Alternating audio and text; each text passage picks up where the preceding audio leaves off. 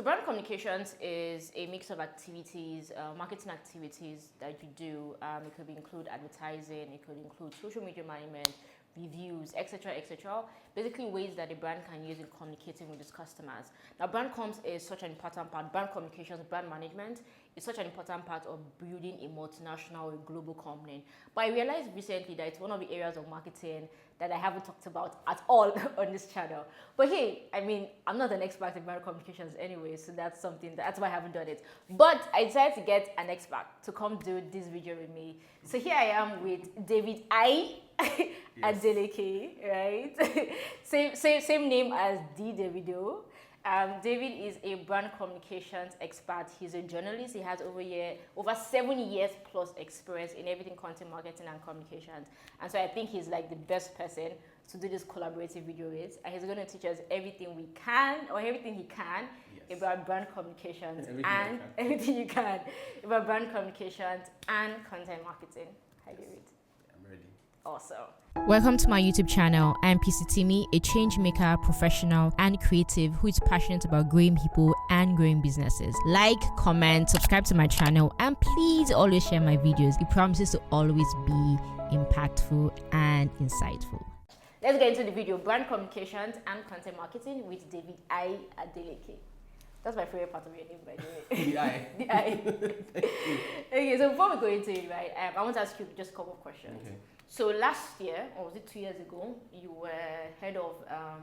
yes, I was the editor of Business editor at Business Insider Africa, yes. Sub-Saharan Africa, yes. And that was core journalism. Yes. And then you moved to Eko Atlantic as head of communications, yes. Brand management. Yes. What made you make the shift from journalism to brand management? Because even before Business Insider, you are tech cabal. Yeah. So like, why this? Okay, so with time I got to realize that there is not much of a fundamental difference between journalism, especially what journalism is turning into, and communications. And this is why, as an editor, not just the journalist, but as an editor managing a publication and managing a newsroom, I started to see that the business side of it was tending more towards content marketing, right? So, for example, for a publication to survive or for a publication to make money at all, you have to cater to advertisers, especially in a market like Nigeria, where people subscribing to publications is not mainstream, at least not yet. Right. You have some people who are trying to do it, but it's not the first port of call for any publication. Right. You have to still cater to advertisers. And in so doing, you're going to do a lot of content marketing. So I had to ask myself, which of these fields holds more promise for me long term, right? Do I stay as a journalist and almost doubling as a content marketer, or do I just move into communications where I can still be able to do journalism on my own terms, right, but I know that the content marketing is really what I'm doing, or the brand communications is really what I'm doing. So that kind of informed my decision to make this switch from journalism, core journalism, to brand communications. And so now with your newsletter, yes, you're so I'm still able to do journalism, right? I have my newsletter, Communiqué, and I also write for PR agencies. I write press releases for PR agencies, but I also contribute for how we made it in Africa. Right. Yeah. Nice. So why did you choose content communications journalism career in the first place? Okay, How so promising is it? I didn't choose it. It chose you. Yeah, I won't say it chose me, but so I just so 2013 I was in one of the rooms in the university chapel. I went to Covenant University, so I used to hang around the chapel a lot. The alumni office, to be precise. And then I had a friend who owned a blog. His blog was doing really well. And then I figured, why not try this blogging thing out and not see where it leads you, but just try it out of curiosity. So January 13th, 2013, I started my blog. I remember very well, right? I remember where I was. I created my email address. I started my blog. And then over time, the blog evolved. I first started out as an inspirational blog. I just wanted to teach people things and share things that I had learned. and then it became a personal development blog. Yes, I realized that they are not the same. Inspiring people and helping people build themselves is not the same thing. So it became a personal development blog, and I ran that for 3 years. So from 2013 to 2016, I was running that blog. But during that time, between 2013 and 2016, I got into content marketing. So I started working for an accounting tech startup. Right. I'm based in London, but they had an office here in Lagos. This was during my youth service here. And they found me through the blog, by the way. Oh, okay. Yeah, so the So founder it was of like the the startup, bearing fruits. exactly. So the founder of the startup was reading my blog. I didn't know, and then he reached out to me one day. I like your writing. Would you like to come work for us? And I was going to serve that time, so I was serving and earning extra cash on the side. So that was good. Always be the guy that balls. Please. So yeah, that's how I got into content. Interesting. Okay, so let's learn from your experience from being a blogger to then, working in agency, working in tech, about being an editor, and now head of communications. I mean, it's just in a couple of years, but that depth or that width of different experiences has definitely contributed to being who you are today. Yes. And I want to learn from it. Okay. So let's start with brand communications, Okay. right? Which is the one that you've been doing for the past 1 year plus. Yes, 1.5 years. Now. So what are the key things that you've learned that you think that someone who wants to pursue a career as a brand communications expert or strategist, or someone who is already doing it but still wants to improve, what best practices or tips can you share? Okay, so first of all, I'll say that it's very important for anyone trying to get into communications to, the fundamental skill is knowing how to write and how to talk, right? So, because if you're working in communications, the bulk of your work is going to be writing. So you're writing a plan, or you're writing pitches to journalists trying to get featured in the publication, or you're writing thought leadership content for your bosses, or you're writing a letter to an editor. So, and the foundation of it is you're going to do a lot of writing. So you have to be really good at it, right? Unfortunately for me, I've always been interested in not just writing, but the art form of it. So, how do you mean? So, because I worked with an editor-in-chief who is a published author, fiction, right? Uzodimma Iweala. He taught me the importance of creativity in writing. And one thing Uzo always told me is, if you have an idea, don't hold on to the idea. There's always a deeper layer to it. So, and then it's really important that you say things from an interesting point of view.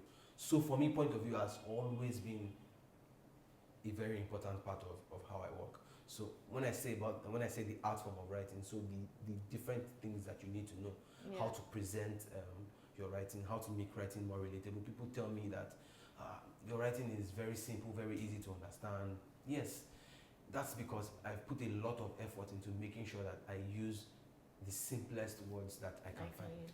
Right. So But you say it's not just writing, it's also being able to talk. So you're saying Yes. somebody who is shy, introverted, not a great public speaker of experience, would not make a very good brand strategist?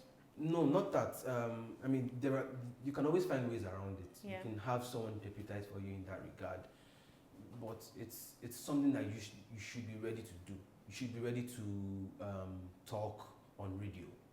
You should be ready to talk in front of the camera. I taught So myself more or how to- less be able to represent Yes, the brand. exactly. So you should be able to speak on behalf of the brand. And then the other part of it is you have to be a smart person. You have to be able to think quickly.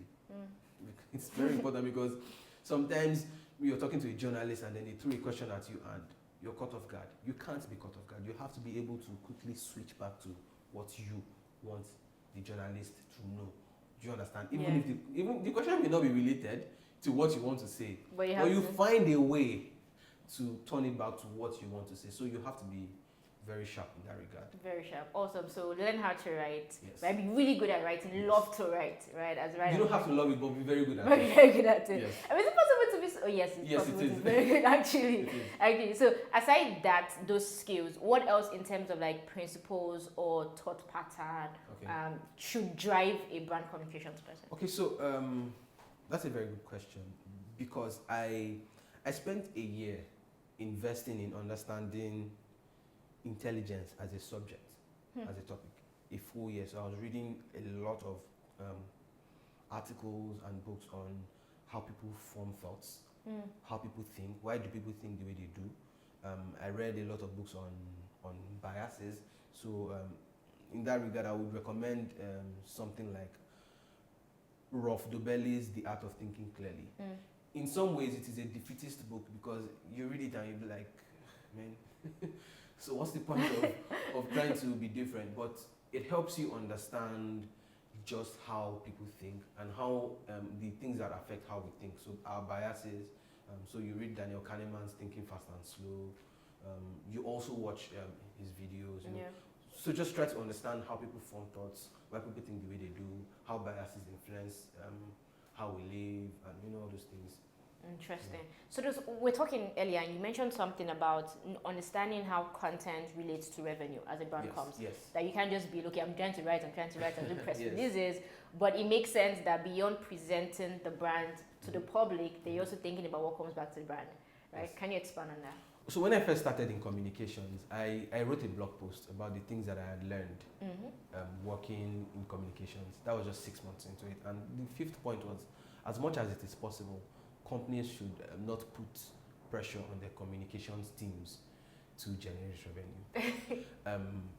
I have to say now categorically that was a very short-sighted point. And it's very important that communications people you don't have to be actively involved in generating revenue. Yeah, you don't have to be sales. You don't have to be a salesperson. Yeah. But you have to think about the impact of your department on the company's bottom line. Because ultimately, people are in business to make money, among other things. You are in business to make money. And if your department is somehow not contributing to the company making money, then when the time comes, say COVID happens and the time comes for the company to cut costs. You'll be the first. You may not be the first, but you'll be on your toes. Are they going to cut us off too? Do you understand? Yeah. So you have to think about the impact of your communications department on bottom line. Yeah. Right? You may not have to go out to sell products, but you have to think about, okay, how can we design our communications to attract leads and customers, and not just engagement, not just clicks, not just likes. Those things are good for brand building. Yeah. But you have to think beyond that also. Yeah. Can you give us like a practical example of how you're currently doing that at Eko Atlantic? Awesome. So when I joined Eko Atlantic, because for so long the company has had to deal with external parties forming their own opinions about the project, right? So for me in the beginning, it was doubling down on our core communication strategy, which was owned media. So we're very particular about our socials. You go to our website, you go to our social media handles, and we're very particular about getting people to understand the actual story of the project, the history behind the project, why it exists. It's not just something that somebody woke up one day to think about. It's the result of 100 years of erosion on the coast of Lagos. Do you understand? So I had to teach people all of that, why the project exists, who is in charge of it. And then the next stage now is, okay, you've done this, you've laid the foundation, how do you build on it? So building on that foundation is now saying, okay, we're going to incorporate content marketing into our communications strategy, and content marketing with the aim of getting customers into the sales funnel, right? So then people are now interested, then you hand them over to the sales team who will do the conversion. So now I have to start thinking about that, not just, hey, this is what the project is about. So now this is what the project is about, and this is how you can be a part of it. Do you understand? So that's the difference. Nice. So just before we go into content marketing, I want to ask, Eko Atlantic, especially like when you got in, there are days when you just start trending. Yes. Somebody's saying this one, somebody's saying the other Yes. one. And every time it happens, in my mind, I'm like, David is feeling it today. I mean, I've even texted you a couple of times and this wasn't a top day at work. So if I'm a brand manager and I'm managing comms for a brand that is under fire every now and again, how do I manage reputation and manage people? Okay, great question. So what I've learned is it's not every trend you respond to, right? So maybe for the first 6 months, we will trend, and so we're in the office, and you're like, so what is going on today? And the trends are always very random. Because I'm monitoring the back end, so I know when something is about to build up, right? But you wake up one morning and then maybe some famous person decides to misbehave and they mention us, and the attention goes away from the person to us. So, but what I've learned is it's not all trends that you respond to, right? And the thing with Twitter is very, very fleeting. You're trending today, and by tomorrow, nobody even knows you exist. But in that moment, it's heated. It's very hot, yeah. right?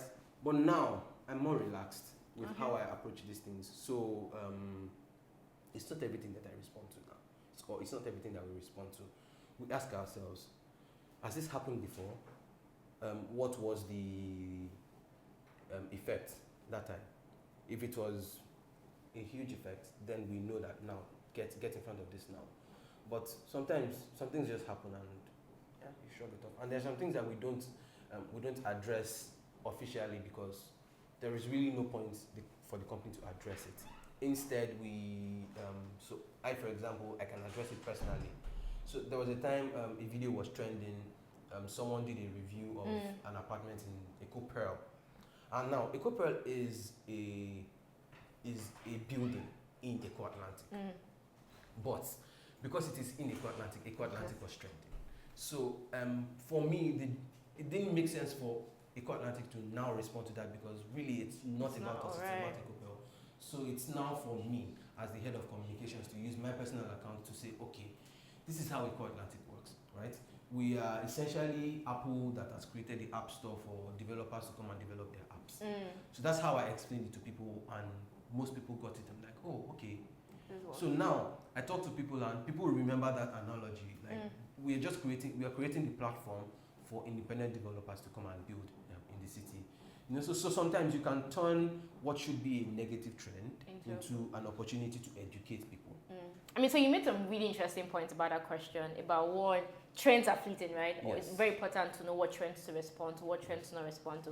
And sometimes know when it's okay to respond, but not necessarily the company's identity. Exactly. Somebody in the team can personally just go and educate people. And then find ways to turn something that is negative into a means of educating people. Yes. That's very smart. Very smart. Like, thank you for that. Okay. It took me almost a year to learn that. But at least you finally learned it. For you. Amazing. So let's talk about the content marketing side. You said that because it's very important to begin to think about revenue as a comms person, and content marketing is a strategy that you can then use to attract people and take them down the funnel, get leads for sales. So when I'm doing content marketing for my brand, what are some best practices from a brand communications perspective that you can share? Okay, so first, it's very important to understand cross-platforming, right?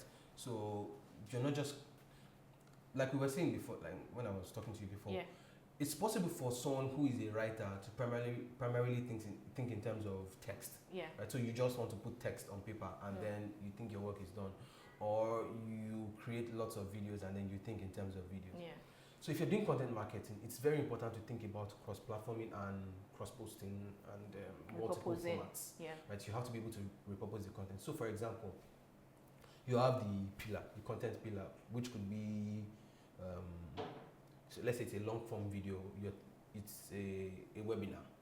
Right? So out of that webinar, you could do social media, some videos for social, and then you could turn that webinar into a blog post.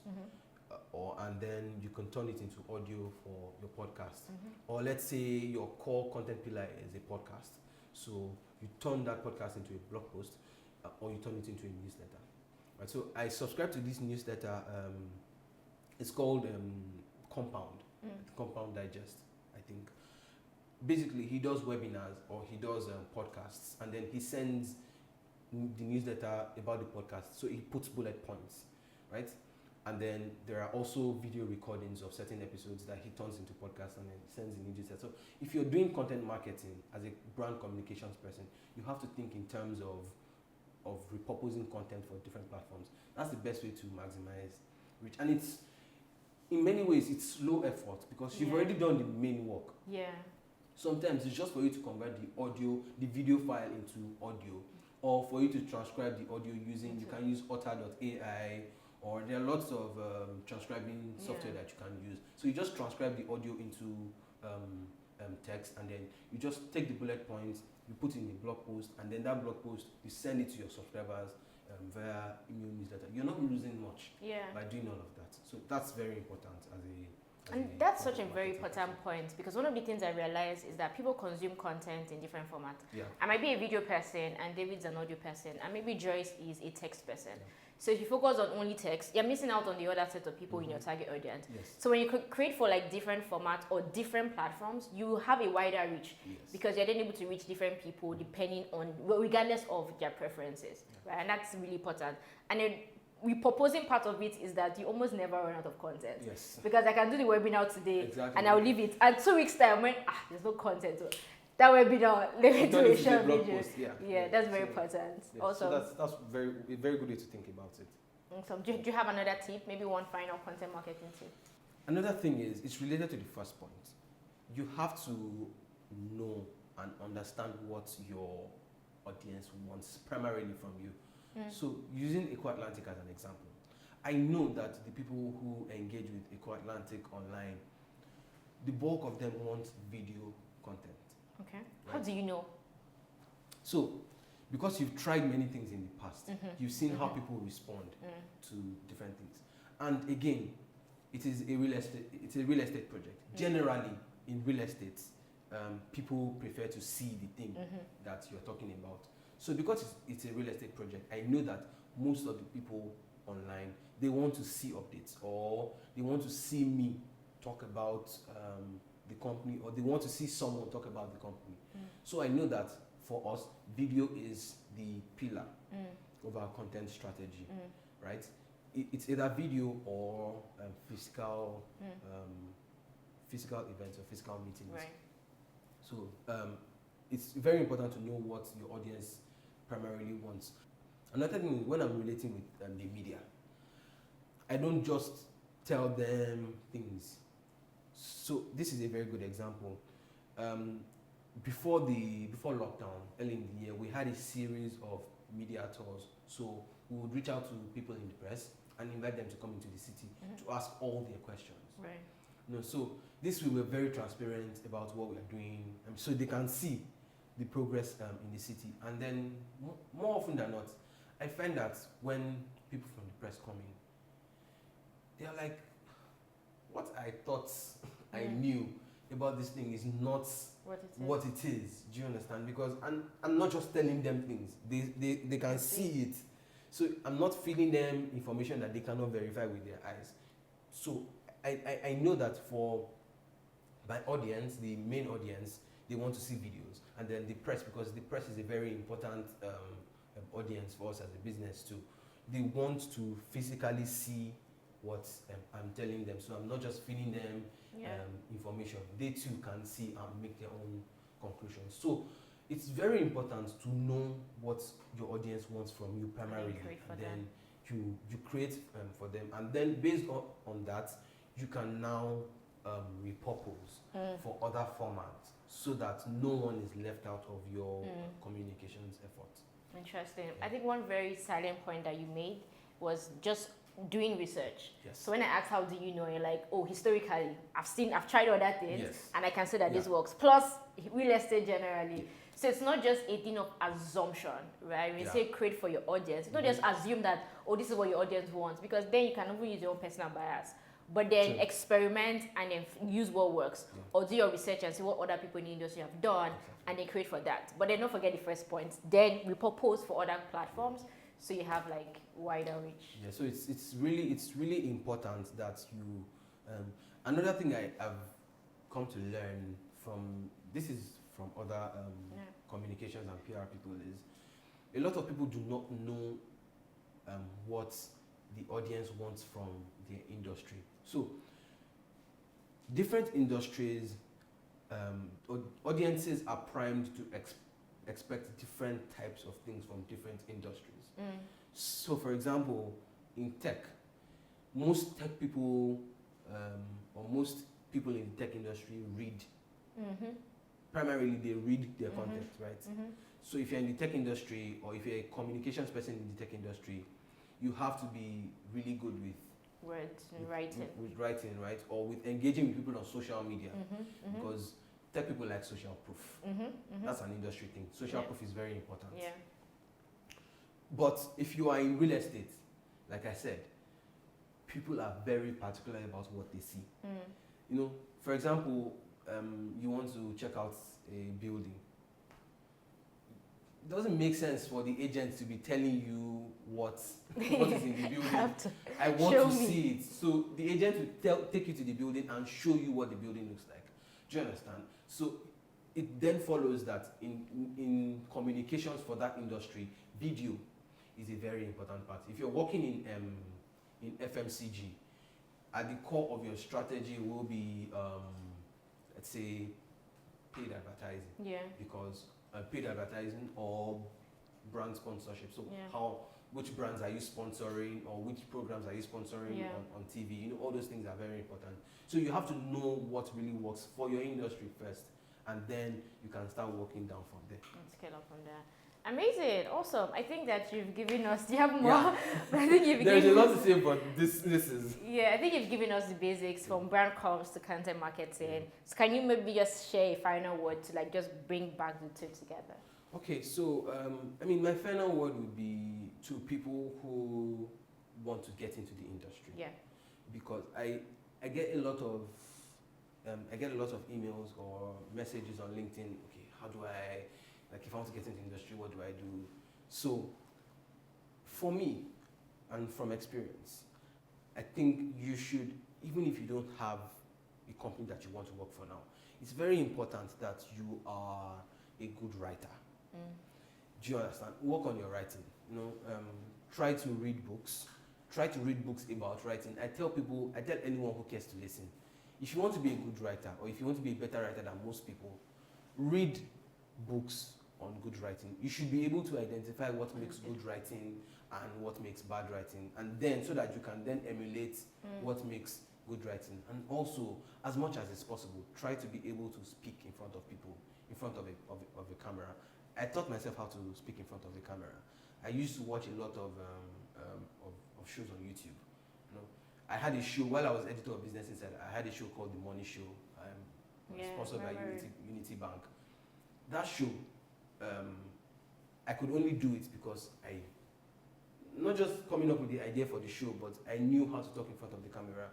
And the people who wanted to sponsor it, they liked the fact that this person was engaging. And that was really, for me, spending hours on YouTube, just watching how John Oliver delivers his monologues, or watching how Seth Meyers delivers. Do you understand? So I watch a lot of those things on YouTube, and that's how I was able to teach myself. So writing and ability to speak in front of people, very important. Amazing. Writing and the ability to speak in front of people if you want to be a badass brand communication expert. Like David Adeleke. Amazing. That was very insightful. Thank you so much, David, for sharing all of that. And thank you so much for watching this video to the end. If you're here, give yourself a clap. Also, don't forget to subscribe to my YouTube channel if you've not done so yet. There's just you see subscribe button just down there. Yeah. That's right. Click on it and the bell notification button so you always know when I release a new video. But hey, thanks so much for being here. Let me know what you think about this video in the comment section below. And see you next time. Bye. Peace out.